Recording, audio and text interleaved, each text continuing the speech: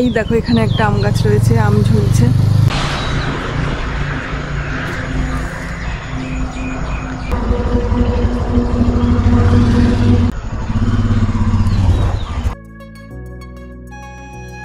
এই জায়গায় আয়না লাগিয়ে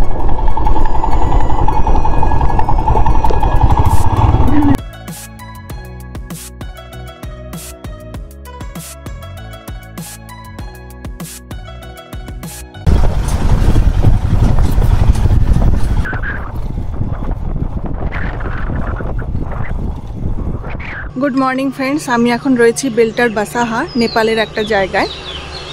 গতকাল আমরা এখানে এখান অবধি আর কি পৌঁছেছিলাম। আর এই যে হোটেল দরবার অ্যান্ড লজ, এখানে উঠেছি। জায়গাটা খুবই সুন্দর, পরিবেশটা খুব সুন্দর। আর এখানে ঠিক হোটেলের সামনেই 3টে আম গাছ লাগানো রয়েছে, বড় বড় আমও হয়ে রয়েছে, দেখাচ্ছি তোমাদের। তার আগে বলে নিই, আমরা এখন প্রায় 6টা বাজে আর আমরা বেরিয়ে যাচ্ছি কাঠমান্ডুর উদ্দেশ্যে। এখান থেকে কাঠমান্ডুর দূরত্ব হচ্ছে 293 কিলোমিটার। একটু টাইম লাগবে, 8 ঘন্টার মতো সময় লাগবে।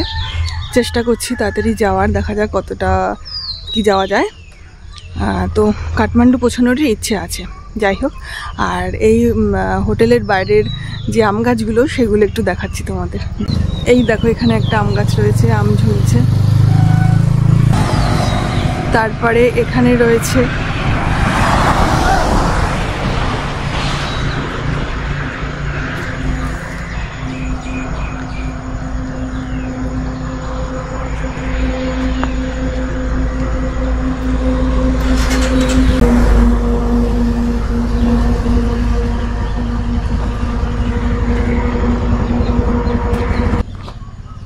এই যে সন্দীপ চলে এসেছে বাইক নিয়ে, আর আমরা রাইড এক্ষুনি শুরু করে দেবো। তাহলে আমরা বেরিয়ে পড়লাম। আজকের ডেস্টিনেশন হচ্ছে কাঠমান্ডু। বেশ লম্বা জার্নি, প্রায় 8.5 ঘন্টা দেখাচ্ছে গুগল, কিন্তু এর সাথে আরও 2 ঘন্টা এক্সট্রা ধরতে হবে, কারণ আমাদের ব্রেকফাস্ট আছে, লাঞ্চ আছে, প্লাস কিছু রেস্ট নেওয়ার আছে। তো এই সমস্ত মিলিয়ে তো আরেকটু সময় লেগেই যাবে। এখন আমরা মদন ভান্ডারী রোড ধরেই এগোচ্ছি। এখনও কিন্তু ওয়েদারটা বেশ ভালো আছে, যেহেতু সকাল তাই। বাট একটু পরেই কিন্তু এইরকম ওয়েদার আর থাকবে না, গরম বাড়তে থাকবে। যাই হোক, রাইড তো আমাদের করতেই হবে। তো বন্ধুরা, তোমরা আমার ভিডিও দেখতে থাকো, প্লাস সাথে সাথে আমার চ্যানেলটাকে সাবস্ক্রাইব করে দিও। আর ভিডিওগুলো কেমন লাগছে তা অবশ্যই কমেন্ট করে জানিও। আর লাইক ও শেয়ার কিন্তু করতে একদম ভুলো না। এই জায়গাটা বেশ সুন্দর লাগছে।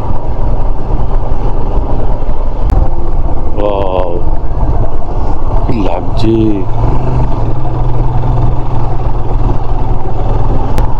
ভুট্টা হয়েছে, জব হয়েছে, বাঁশ গাছ আছে, পাহাড় আছে, সব মিলিয়ে মিশিয়ে বাড়ি, সব মিলিয়ে মিশিয়ে সুন্দর।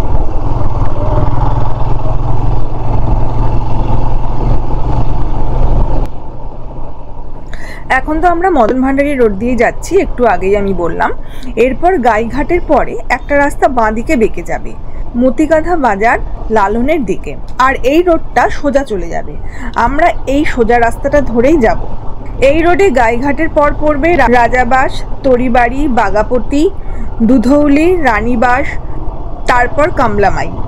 এরপর থেকে মদন ভান্ডারী রোডটা বাঁ দিকে বেঁকে যাবে, আর এই রাস্তাটা সোজা চলে যাচ্ছে। NH-03 হয়ে আমরা সেই রাস্তাটাই ধরে এগোবো।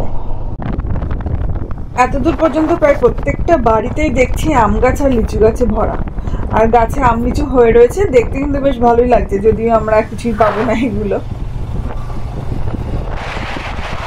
সুন্দর উপর থেকে রাস্তাটা নিচে নামছে, আমাদের চড়তে হবে। রাস্তাটা অসাধারণ লাগছে, পুরো সিনেমার মতো।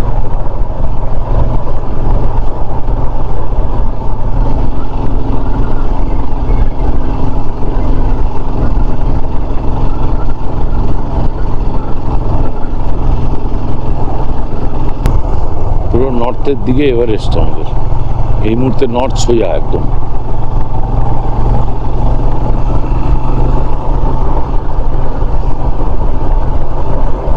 এই রাস্তাটা অল্টিটিউড গেইন করছে।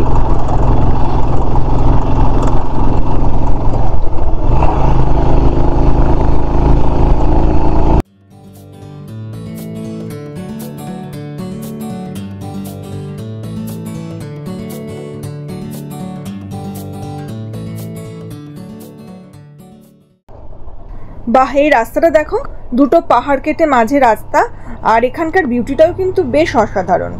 নেপালের এই দিকের অংশটা কিন্তু খুব সুন্দর।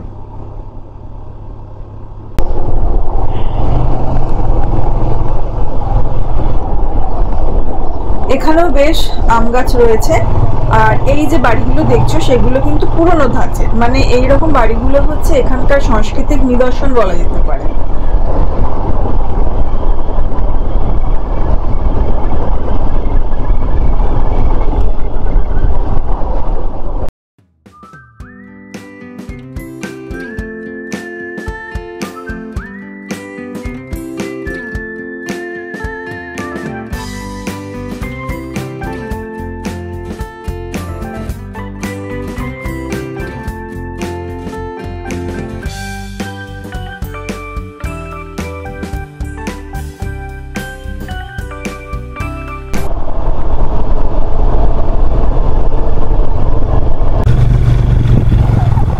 বাইকে পেট্রোল ভরাতে ঢুকলাম।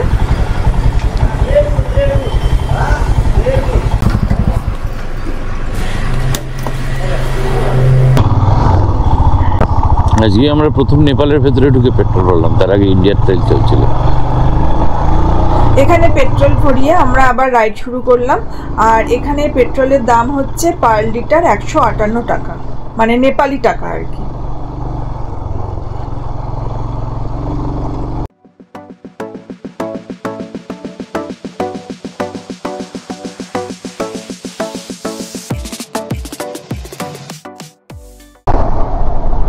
দুধওয়ালি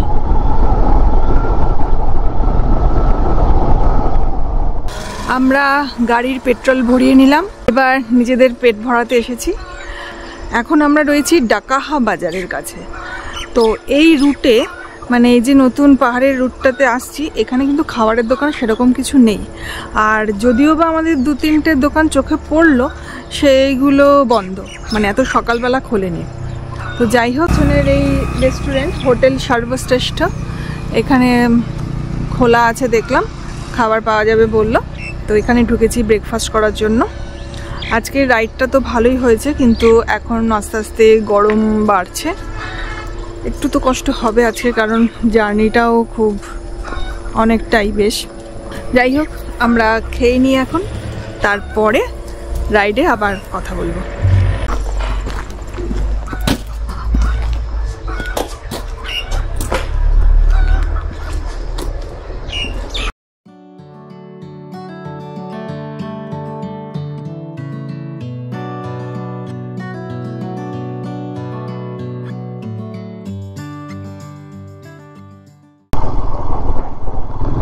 আমরা হোটেল সর্বশ্রেষ্ঠ থেকে ব্রেকফাস্ট করলাম, মোমো আর একটা কফি অর্ডার করেছিলাম।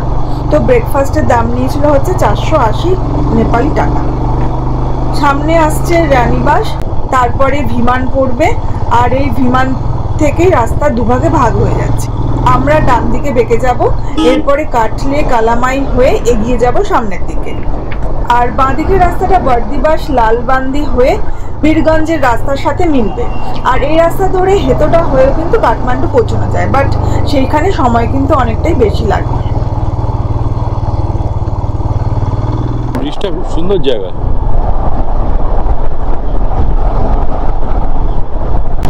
নেপালে এরকম ছোট ছোট অনেকগুলো ব্রিজ আছে, যেগুলো এই নালা, মানে নদী বা শাখা নদী, উপনদী, এগুলোর উপর দিয়ে বানানো, এবং প্রত্যেকটা কানেকশন বেশ ভালোই বানিয়েছে।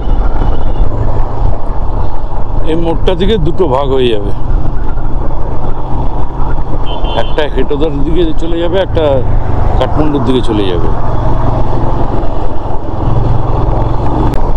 হেতোটা দিয়েও কাঠমান্ডু যাওয়া যায়, হ্যাঁ, ওটা ঘুরে গিয়ে অনেকটা ঘুরে যায়।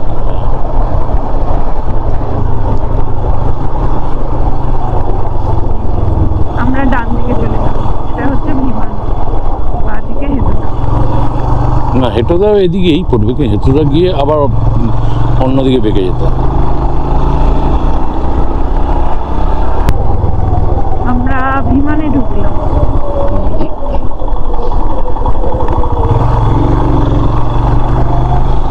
এবার আমরা পাহাড়ের দিকে আবার ঢুকে যাচ্ছি। এবার চড়াই উতরাই ভালো পরিমাণ থাকবে। সিন্ধুলি ডিস্ট্রিক্টে সিন্ধুলিতে ঢুকে গেছে, একটা বড় জায়গা সিন্ধুলি, খুব সুন্দর জায়গা।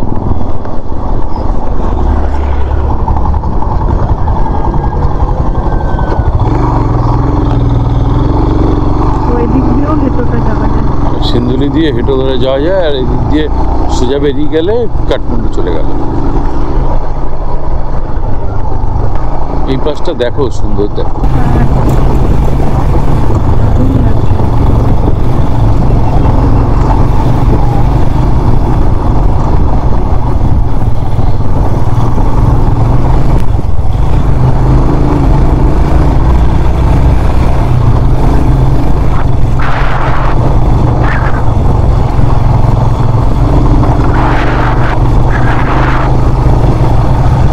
একদম পাশের মাথায় ধীরে ধীরে আমরা উপরে উঠে আসছি, খুব দ্রুত উপরে উঠিয়েছে। আমরা কিন্তু আজকে বেশ সুন্দর একটা রাস্তা দিয়ে রাইড করছি।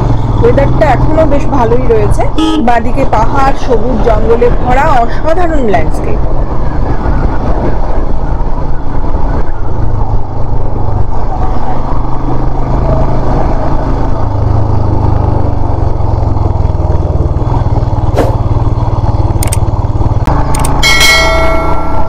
একদম ওই যে গাড়ি যাচ্ছে উপর দিয়ে, উপরের রাস্তা দিয়ে আমরা উপরে উঠে যাব। এখন যেখানে আমি রয়েছি এটা হচ্ছে সিন্ধুলি, কাঠমান্ডু যাওয়ার পথে, বিমানের পরে অনেকটা পরেই আর কি এই সিন্ধুলি আসবে। তো জায়গাটা অসাধারণ, দেখতেই পাচ্ছ। কিন্তু এই জায়গায় পৌঁছানোর জন্য মারাত্মক চড়াই চড়তে হয়েছে, মারাত্মক চড়াই চড়ার সময় তো মনে হচ্ছিল আর কবে শেষ হবে, কখন শেষ হবে, কিন্তু উঠে আসার পরে এত সুন্দর ভিউ দেখছি, মানে সত্যি খুব ভালো লাগছে, মন খুশ হয়ে গেছে। দেখাচ্ছি তোমাদের পুরো ভিউটা।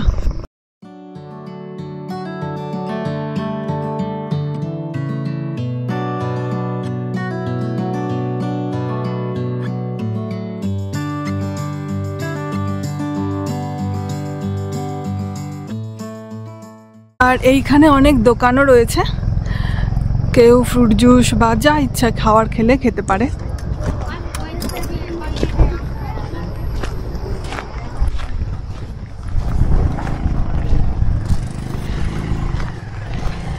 এই সিন্ধুলিতে একটা যুদ্ধ হয়েছিল যা নেপালের ইতিহাসে বিশেষ উল্লেখযোগ্য। 1767 সালে 6ই নভেম্বর সিন্ধুলি গাধী দুর্গের কাছেই এই যুদ্ধটা হয়েছিল। এই সময় রাজা পৃথ্বীনারায়ণ শাহ নেপালের বিভিন্ন রাজ্যকে একত্রিত করেছিলেন। ইস্ট ইন্ডিয়া কোম্পানি খুব তাড়াতাড়ি আর কি প্রভাব বিস্তার করছিল, তো সেই প্রভাবকে বাধা দিতেই এই গোর্খা বাহিনীর বিজয়টা ছিল হচ্ছে একদম উল্লেখযোগ্য। তাছাড়া পৃথ্বীনারায়ণ শাহের এই ঐক্য প্রচেষ্টাকে দৃঢ় করতেও সাহায্য করেছিল। আমাদের সুন্দর রাস্তা সিন্ধুলি থেকে নিচে নামছি আর কি, ধীরে ধীরে ধীরে ধীরে নিচে নামা।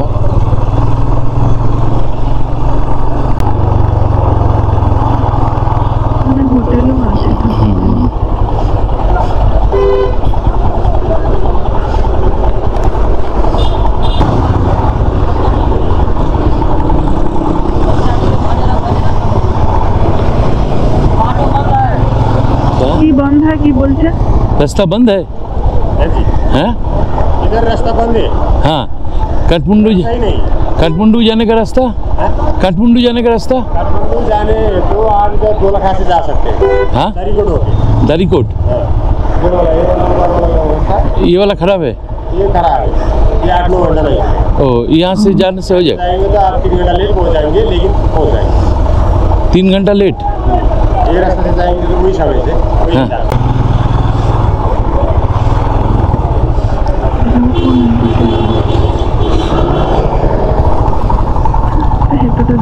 কি করব?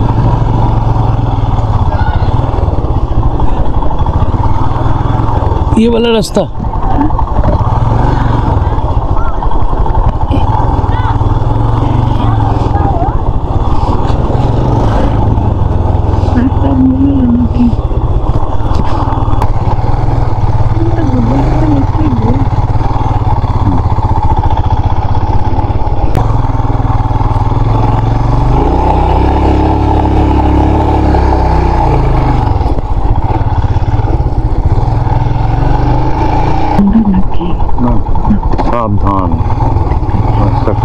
আছে এটা বলে দিচ্ছি।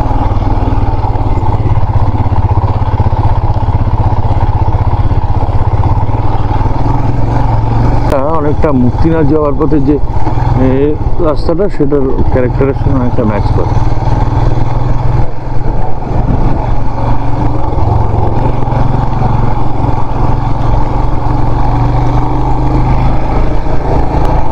এটা একটা বেসিন, চারিদিক দিয়ে পাহাড়, মাঝখানটা এই জায়গাটা এরকম।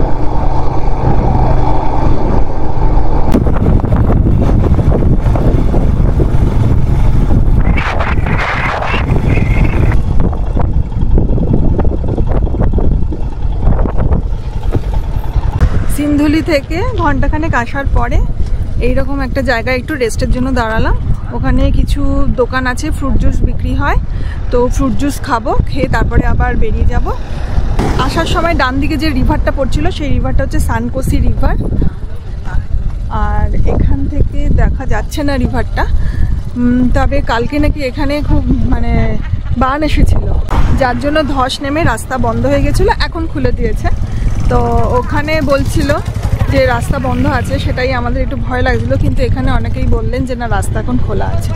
তো যাই আগে ধুলিখেল তো পার হই। মালটা জুস খেয়ে আবার রওনা দিলাম। মালটার জুস নিয়ে নিল 400 টাকা। হ্যাঁ, দুটো মালটা জুস নেপালি 400 টাকা। নেপালি 400 টাকা।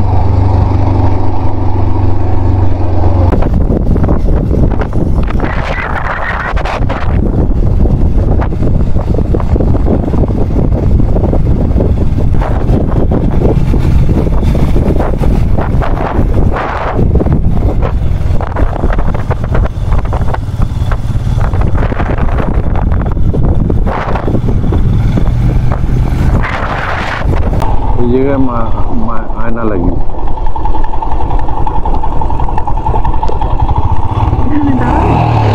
এখানে পাহাড়ের গায়ে যে আয়নাগুলো লাগানো দেখছো, এখানে এগুলো লাগানোর কারণ হচ্ছে এখানকার অধিবাসীরা বিশ্বাস করেন যে দুর্ঘটনাপ্রবল এলাকাতে মন্দ আত্মাদের তাড়াতে এই আয়না সাহায্য করে। ।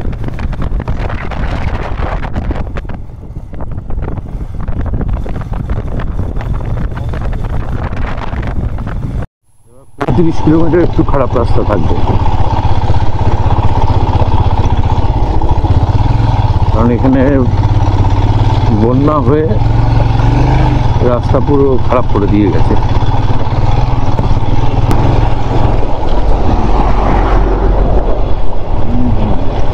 পুরো পাউডার মাখিয়ে দিচ্ছে।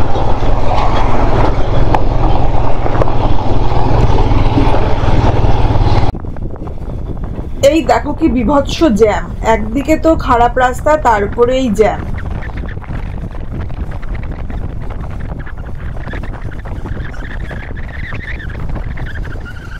এতক্ষণে জ্যাম থেকে আমরা ছাড়া পেলাম, আর পাশে পুরো বোঝাই যাচ্ছে যে কত বড় বান এসেছিল।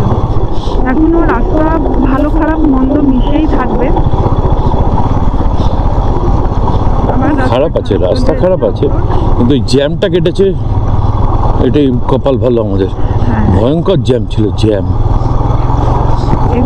খারাপ রাস্তা তার সঙ্গে যদি জ্যাম, মানে দুটো মিলিয়ে একদম লেজে গোবরে করেছে।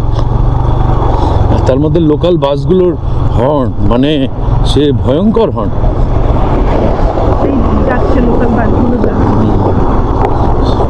এই বাসগুলোর হর্ন মানে ভাবতেই পারা যায় না এরকম হর্ন হতে পারে।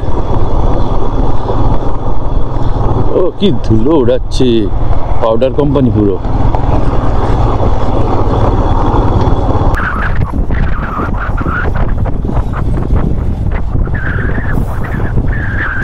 এইখানেই গতকাল বান এসেছিল নদীতে, তো নদীর কাদামাটির ঘোলা জল দেখে সেটা বোঝা যাচ্ছে, আর রাস্তারও তো সেই রকম চরম অবস্থা, বাজে।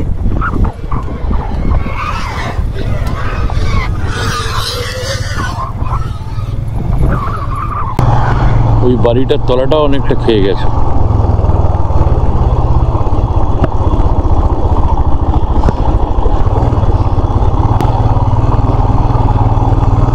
রাস্তা অনেক উপরে ছিল, ভেঙে এখন এইখান থেকে কেটে রাস্তা বানিয়ে দিয়েছে।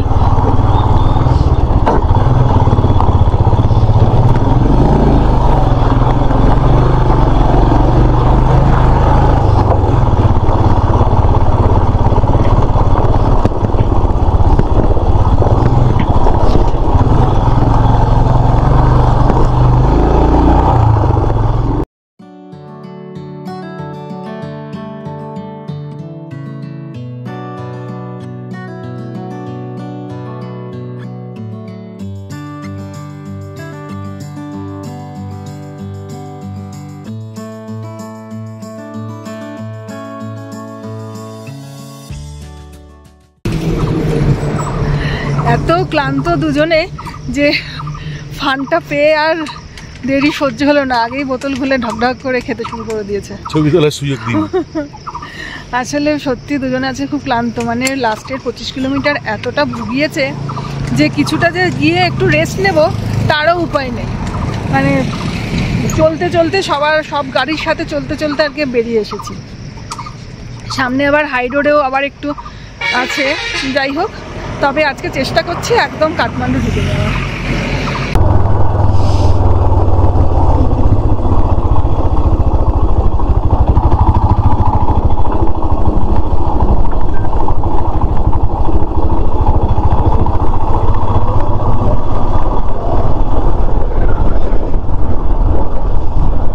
আমরা কিন্তু এখন মহেন্দ্র হাইওয়েতে চলে এসেছি, তবে এদিকেও রাস্তায় কাজ হচ্ছে বলে রাস্তার এইরকম অবস্থা। আর এই হাই রোডে কাজ হচ্ছে বলে বারবার ডাইভারশন করা হচ্ছে। আর কাঠমান্ডু বেশি দূর নেই, খুব কাছাকাছি আমরা চলে এসেছি।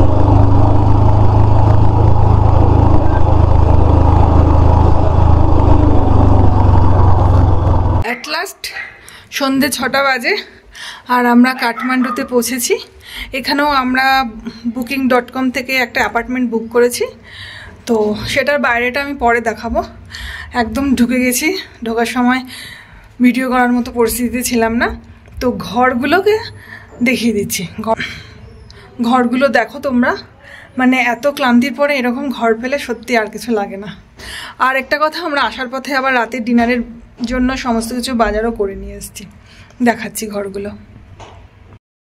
ঘরে ঢুকেই এই একটা বেডরুম রয়েছে, সিঙ্গেল খাট, আর তার ডান পাশে হচ্ছে টয়লেট, আর এটা হচ্ছে গিয়ে ড্রয়িং রুম। রুমটার 12টা আমরাই বাজিয়েছি, খুব সুন্দর করে সাজানো রয়েছে। উপরে আবার সুন্দর একটা ঝাড়বাতি।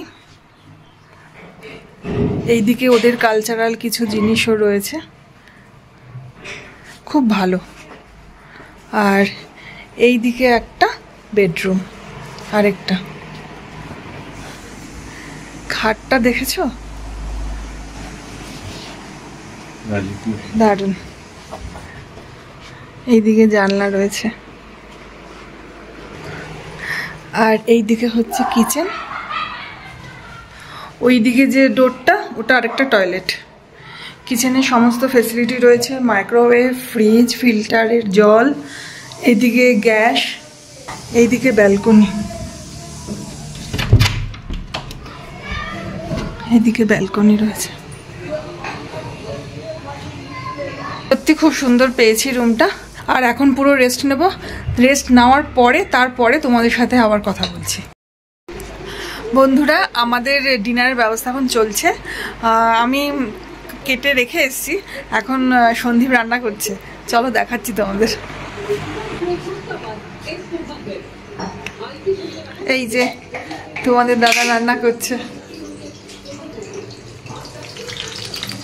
এখন চিকেন ভাজা হচ্ছে, আর এইদিকে রাইস বসে গেছে, আর এইদিকে সব কিছু কাটা কমপ্লিট হয়ে গেলে শুধু খাওয়ার অপেক্ষা। কারণ আজকেও লাঞ্চ আমাদের স্কিপ হয়েছে ওই রাস্তার চক্করে, আর এখন এসে টুকটাক কিছু খেয়েছি, তো খিদেও খুব লেগেছে। জাস্ট রান্নাটা হবে, খাবো আর ঘুমিয়ে পড়বো। কারণ আরেকটা কথা, কালকে কিন্তু আমাদের রেস্ট ডে। ওই রেস্ট ডে বলতে এখানেই ঘুরবো, নেপালেই থাকবো, মানে কাঠমান্ডুতেই থাকবো, আর এখানেই 4-5টা ঘুরবো চারিদিকে। তো হ্যাঁ, আর ওর এক বন্ধুর কাছে যাব, কিছু কেনাকাটা আছে আমাদের, তো কালকে এটাই থাকবে আমাদের। আমরা ডিনার করতে বসে পড়েছি, আর ও তো খাওয়া শুরু করে দিয়েছে। আমাদের ডিনারে আছে আজকে ভাত, চিকেন আর পাঁপড় ভাজা। এই যে খাওয়া শুরু করে দিয়েছে। ডিনারটা কমপ্লিট করার পরে আজকে টোটাল এক্সপেন্সেসটা আমি বলে দেবো। তো বন্ধুরা, আমাদের তো ডিনার কমপ্লিট হয়ে গেছে, এখন শুধু ঘুমানোর পালা। তো তার আগে এক্সপেন্সেসটা একটু বলে দিচ্ছি। আমরা সকালবেলা বেরিয়ে চা খেয়েছিলাম 45 টাকার, তারপরে ব্রেকফাস্ট কাম মানে লাঞ্চ বলতে পারো খেয়েছিলাম হচ্ছে 480 টাকার, তারপরে দুটো মাল্টার জুস খেয়েছিলাম 400 টাকার। আর এগুলো কিন্তু সব নেপালি টাকাতেই বলছি আমি। আর পেট্রোল ভরা হয়েছিল 1500 টাকা। তারপরে আমরা আর কিছু খাইনি বাইরে, শুধু এখানে অ্যাপার্টমেন্টে ঢোকার আগে কিছু জিনিস কেনাকাটা করা হয়েছিল, আলু পেঁয়াজ, এগুলো হচ্ছে কি 350 টাকা। তাহলে এই গেল আজকে সারাদিনের হিসাব। তো সবাইকে এখন আমি গুড নাইট জানাচ্ছি। খুব ঘুম পাচ্ছে, ভীষণ টায়ার্ড রয়েছি। কালকে ন্যাচারালি যেরকম উঠি সেরকম উঠবো না, কারণ কালকে যেহেতু আমরা এখানেই থাকছি একটু লেট করেই উঠবো।